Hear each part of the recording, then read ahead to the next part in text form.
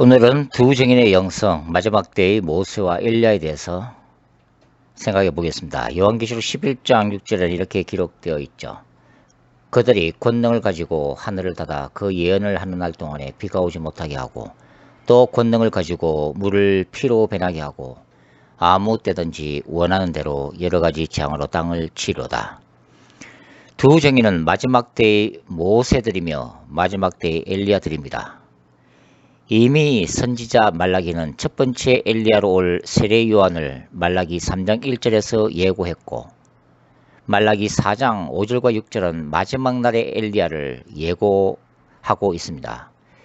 엘리야는 당시 거룩한 유일하신 야훼 하나님의 영광을 위해 바알 종교와 싸웠으나, 마지막 날의 두 증인은 다시 오실 예수 그리스도의 영광을 위해 적그리스도와 싸우게 될 것입니다. 하나님은 엘리야에게 하늘 문을 열고 닫을 수 있는 권능을 허락하신 것처럼, 주님은 마지막 날의 영혼 추수를 위해 두 증인에게 하늘의 권능을 허락하실 것입니다. 바알과 아세라 숭배로 가득 찼던 이스라엘을 심판하기 위해 하나님은 엘리야를 통해 3년 6개월 동안 하늘 문을 닫으신 것처럼, 하나님을 떠나 사탄과 온갖 우상을 숭배하고 죄악에 빠진 마지막 때를 심판하시기 위해 주님은 두 증인을 통해 1260일 3년 6개월 동안 비오지 못하게 하고 온갖 재앙으로 땅을 치게 하실 것입니다. 어느 날 두 증인은 그들의 깊은 기도 가운데 어느새 그들의 영이 주님의 보호자 앞으로 들리고자 올라갑니다. 사도 요한이 목격했던 거룩하고 장엄한 주님의 보호자 앞에 그들도 선 것이죠. 두 증인은 주님의 보호자 앞에서 불붙는 7 등불 같은 성령의 강력한 충만하심을 입고 있을 때 하나님이 열어 보여주시는 마지막 때의 환상을 보기 시작합니다. 황폐화된 세상의 영혼들은 그 심령이 더 피폐해져 가고, 이미 대지진과 기근, 전쟁과 자연 파괴적 재앙을 경험한 그들은 극에 달하는 두려움을 극복하기 위해 온갖 유에이지적 운동들과 우상 숭배와 육체적 쾌락 속에 몸을 던지고 있었습니다. 이미 세상을 지배한 사탄과 지옥의 권세들은 모든 도시와 마을들을 배회하며 마지막 지옥으로 던져넣을 영혼들을 무차별하게 사냥하고 있었습니다. 바로 그 가운데는 인공지능 시대, 인공지능을 신으로 숭배하는 그 비참한 결과가 세계 도처에서도 일어나고 있었습니다. 불붙는 지옥의 입구에서는 용인 사탄이 그 어둠의 하수인들과 지옥의 군대를 향해 한 영혼이라도 더 지옥으로 끌고 오라고 고함을 치며 발광을 하고 있었습니다. 그 곁에는 사탄의 아들인 적그리스도가 하나님과의 최후의 전쟁을 준비하며 땅의 왕들과 강력한 지옥의 악령들을 재정비하고 있었습니다. 두 증인의 눈에 또 다른 장면이 보이기 시작했습니다. 빛이 내리비치는 또 다른 군대였죠. 그 군대의 깃발에는 십자가의 군대라고 기록되어 있었고, 이들은 그리스도의 보혈로 정결된 주님의 마지막 때의 신부들이었습니다. 이들은 거룩함과 진리 안에서 하나님의 전신갑주로 완전하게 무장을 하고 있었습니다. 그들을 총지휘하시는 분은 그리스도 자신이시며, 그분의 눈에는 죽어가는 영혼들에 대한 사랑으로 피눈물이 쉴 새 없이 흐르고 있었습니다. 지극히 높은 하나님 아버지의 보좌로부터 거룩한 전쟁의 나팔 소리가 계속 하늘과 땅에 울려 퍼지고 있었고, 하나님의 군대의 최전선에 바로 두 증인 자신들이 주님의 보좌로부터 받은 마지막 때의 영적 무기들로 무장하고 모든 전선을 정비하면서 신자들로 구성된 거룩한 주님의 군대를 독려하고 있는 모습이 보이기 시작했습니다.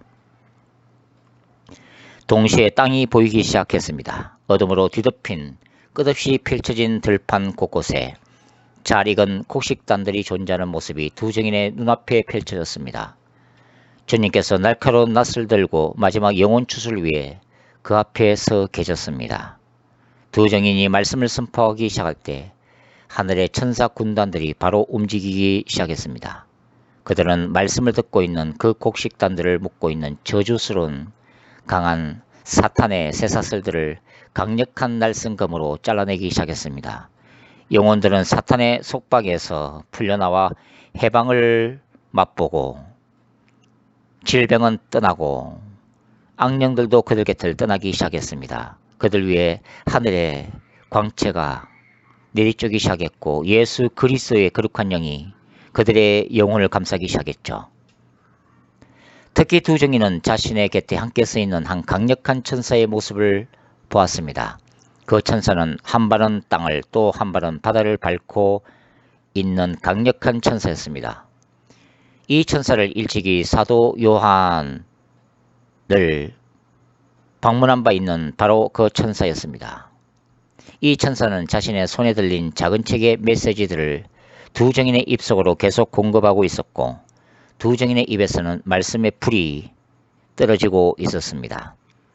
그 위에는 거룩한 비둘기의 형상으로 보이는 성령께서 말씀의 기름 부으심과 하늘의 능력과 기적들을 잘 익은 곡식단 위로 생명수 폭포수의 형상으로 쏟아붓고 계셨는데 그 곡식단들은 즉시 깨달음과 회개의 끈으로 묶여 하늘의 곳간 안으로 쏟아져 들어가기 시작했습니다. 마지막 영혼 추수가 시작된 것입니다. 다른 전선에는 신자들의 전체 전쟁을 지원하는 미카엘 천사장과 천군 천사들의 군단이 곳곳에서 지옥의 군대들을 괴멸시키는 환상이 보였습니다. 장면이 바뀌면서 두 증인은 지옥 깊은 곳에서 올라온 짐승의 모습을 보기 시작했습니다.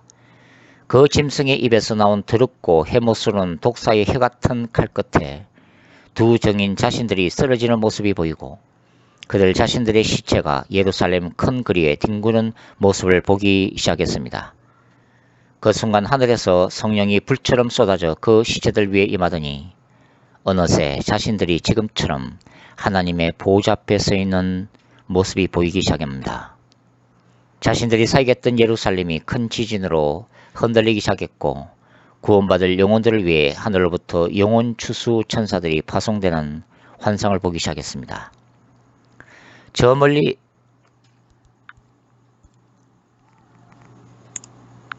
하늘에는 마지막 재앙을 준비하는 7 천사들이 하나님의 영광의 구름으로 가득 찬 하늘의 성전 안에서 준비하는 모습이 보이고 그 뒤에는 영광스럽게 단장한 새 예루살렘 성의 모습과 함께한 천사장이 주님의 재림을 준비하려는 듯 거대한 나팔을 손에 들고 있는 모습도 보였습니다. 이 환상이 끝나자마자 주님께서 엄숙한 목소리로 두 증인에게 다시 말씀하셨습니다. 나의 사랑하는 두 증인들아, 너희들의 생명을 나에게 줄 수 있겠니? 하나님의 영광과 나의 사랑하는 영혼들을 위해 너희의 생명을 나에게 다오. 너희들이 바다로부터 나오는 저 가정한 짐승, 지옥의 아들인 적그리스도로부터 죽임을 당할 것이다. 너희의 생명이 다하는 날, 너희의 사명이 다하는 날, 너희는 순교의 피를 흘리게 될 것이다. 내가 능력이 없어서가 아니다. 내가 너희를 짐승으로부터 보호할 능력이 없어서가 아니란다. 너희가 순교하는 것이 아버지의 뜻이고 나의 뜻이다. 내가 너희들이 땅에서 사역할 때 너희들의 입술을 통해 나오는 마지막 때의 진리를 강력하게 사용했듯이 성령께서 너희들을 통해 역사하셨던 재앙적 기적들과 창조적 능력들을 주님의 나라를 위해 사용하셨듯이 너희들의 죽음조차도 내가 나의 영광을 위해 사용할 것이다. 내가 너희들의 죽은 몸을 사용할 것이다. 너희들의 죽은 시체를 부활시키고 너희의 대적들이 보는 앞에서 하늘로 올릴 것이다. 너희들이 오직 나 예수만을 전가하는 나의 증인들이 되었듯이 너희들이 전한 메시지가 거짓이 아닌 영원한 진리라는 사실을 너희들의 죽은 시체를 통해서도 내가 강력히 전가할 것이다. 너희들이 나처럼 죽임을 당했으나 부활하여 나의 보호자로 올라오듯이 나를 믿는 자들은 영원한 죽음으로부터 부활할 것이며 나와 함께 영원한 보호자 앞으로 나와 함께 있을 것임을 내가 너희들의 죽음을 통해서도 증거할 것이다. 그리고 하늘로 올려온 내가 곧 이 땅에 다시 올 것임을 그들로 보고 깨닫게 할 것이다. 그러나 너희들이 나 예수 그리스도의 심장으로 눈물로 전했던 나의 복음을 끝까지 거부하고 너희들을 죽음으로 몰아넣었던 그들을 내가 결코 용서치 않고 즉시 심판하리니 예루살렘에 큰 지진이 일어나서 많은 사람이 죽게 될 것이다. 그러나 회개하여 나를 믿는 나의 자녀들을 그 성 안에서도 내가 마지막으로 또한 찾게 될 것이다. 그러므로 울어라, 울고 또 부르짖으라. 그 옛날 예루살렘의 심판 앞에서 아버지의 심장으로 울고 또 울었던 나의 종 선지자 예레미야처럼 아버지의 마지막 심판 앞에 선 이 땅과 열방을 위해 너희들도 많이 울고 또 울어라. 너희의 죽음 때문이 아니라 나 예수 없이 지옥으로 떨어질 수많은 영혼들을 위해서 많이 울어라. 순교자들의 피는 아버지의 보좌 앞에 이미 채워졌고 하늘의 혼인잔치 준비는 이미 끝이 났도다. 이제 내가 곧 재림하리니 땅의 모든 족속들이 구름을 타고 임하는 나의 영광 앞에서 두려움으로 통곡하리라. 두 증인의 초기 사역은 강력한 회개와 거룩함, 천국과 지옥, 피 묻은 십자가의 복음과 다시 오실 예수 그리스도의 재림, 죄악에 대한 하나님의 심판에 초점이 맞추어질 것입니다. 그리고 그들을 통해 성령의 권능이 동반되는 창조적 기적들이 일어날 것으로 예상됩니다. 그러나 후기 사역으로 갈수록 복음을 받아들이지 않는 세상 사람들의 교만과 회개하지 않는 교회들의 강박감 때문에 경고적 장들을 계속 예언하며 눈앞에 임박한 예수 그리스도의 재림 나팔을 두 정의는 불게 될 것입니다. 요한계시록의 어떤 사건들은 시간 순으로 이해하는 것은 거의 불가능하지만 마지막 때의 두 증인의 증거사역은 전 세계적으로 계속되는 환란과 적그리스도의 박해하에서도 수많은 하나님의 백성들이 믿음을 지키며 순교하기까지 주님만을 사랑하도록 강력한 동기를 부여하게 될 것입니다. 즉 두 증인의 핵심적인 사역은 말씀과 성령의 권능을 통해 마지막 날들에 죽기까지 예수를 따르는 그분의 거룩한 신부들과 종말론적인 영적 전쟁, 즉 악의 권세와 싸울 수 있는 하나님의 강력한 군대들, 순교자들을 준비하는 사역이 될 것입니다. 두 증인은 적그리스도의 지배하에서도 믿음으로 순교할 수 있는 여자의 남은 후손들을 준비하게 될 것이라는 의미입니다. 엘리야가 하늘에서 응답의 불을 받기까지는 그냥 된 것이 아닙니다. 적어도 450명의 바알 선지자들 앞에 홀로 서는 용기, 하늘에서 불이 떨어지지 않으면 자신이 도리어 죽임을 당할 수 있는 절대적인 위험을 감수하는 믿음, 그 대가를 지불하고 난 후에 이루어진 일입니다. 하늘에서 비가 내리기까지 엘리야는 하나님의 약속을 붙들고 건질긴 기도를 드려야만 했습니다. 어머니의 자궁 속에서 새로운 생명이 잉태되고 탄생되듯이 하늘의 비는 엘리야의 기도의 자궁 속에서 만들어지고 마침내 이스라엘 앞에 그 모습을 드러낸 것이죠. 하나님께 크게 쓰임받기 위해서는 그만큼의 대가를 지불해야 합니다. 위대한 예언들과 큰 환상들과 하나님의 원단 약속들이 그냥 이루어지는 것은 아닙니다. 은사 집회들만 쫓아다니면서 기름 부으심이 강한 예언 기도만 받는다고 이루어지는 것이 아니라는 의미입니다. 가만히 앉아 그 꿈이 이루어질 때까지 기다린다고 이루어지는 것도 아닙니다. 어떤 것이 이루어지기 위해서는 그 누군가가 대가를 지불해야 합니다. 하나님의 주어진 말씀이 이루어지기까지 그것을 이룰 수 있는 작은 시작들이 시도되어야만 하고, 때로는 세상 것들을 과감하게 포기해야만 하고, 다른 사람들의 까닭없는 비난도 감수해야만 하고, 고독과 싸우는 광야를 지나야만 하고 마침내는 목숨까지 바쳐야 하는지도 모릅니다. 마지막 때의 두 정의는 대가를 지불하는 순교자 영성을 대변합니다. 이들에게 장차 임할 모세와 엘리야의 권능만을 보고 부러워할 일은 아니죠. 그들이 행하는 기사와 표적의 큰 능력만을 보고 우리도 그렇게 쓰임받게 해달라고 무조건 기도할 일도 아닙니다. 주님의 보좌 앞에서는 두 증인의 선지자적 기름 부으심 앞에서 무조건 그러한 기름 부으심을 강구할 일도 아닙니다. 주님의 재림을 준비하는 열방의 선지자로서 마지막 영혼 추수를 주도하게 해달라고 주님께 무조건 기도할 일도 아닙니다. 이들의 마지막 모습을 먼저 보십시오. 예수 그리스도의 거룩한 제단 앞에 자신의 생명까지도 바치면서 세상의 박해와 조롱을 한 몸에 안고 묵묵히 그 대가를 지불하는 모습을 우리가 먼저 기억할 필요가 있습니다. 순교자의 믿음과 죽음까지 불사하는 뜨거운 헌신 없이는 두 증인의 사역은 이루어지지 않는다는 의미입니다. 사도 바울은 1세기 기독교의 기초를 놓았지만 두 증인은 마지막 기독교를 완성하게 될 것입니다. 바울의 시대는 종말의 시작이었지만 두 증인의 시대는 종말이 완성되는 시기인 것입니다. 바울은 이 땅에 육신을 입고 오신 하나님의 아들 예수 그리스도와 십자가를 전가하는 사역에 집중했다면, 두 증인은 회개의 메시지와 다시 오실 하나님 예수 그리스도의 재림을 알리는 종말론적 영적 전쟁 사역에 집중하게 될 것입니다. 거룩한 전쟁 사역입니다. 바울은 1세기 이방인의 사도로 쓰임을 받았지만 두 증인은 마지막 때 열방의 선지자로 쓰임을 받게 될 것입니다. 바울은 1세기 로마 제국의 네로 황제에게 죽임을 당했지만 두 증인은 영적인 로마 제국인 적그리스도 세계 정부에서 짐승인 적그리스도에게 죽임을 당할 것입니다. 사도 바울은 그의 동족 이스라엘이 회심하기를 기도했지만 두 증인은 유대인들이 예수 그리스도께로 돌아오는 부흥을 직접 목격할 것입니다.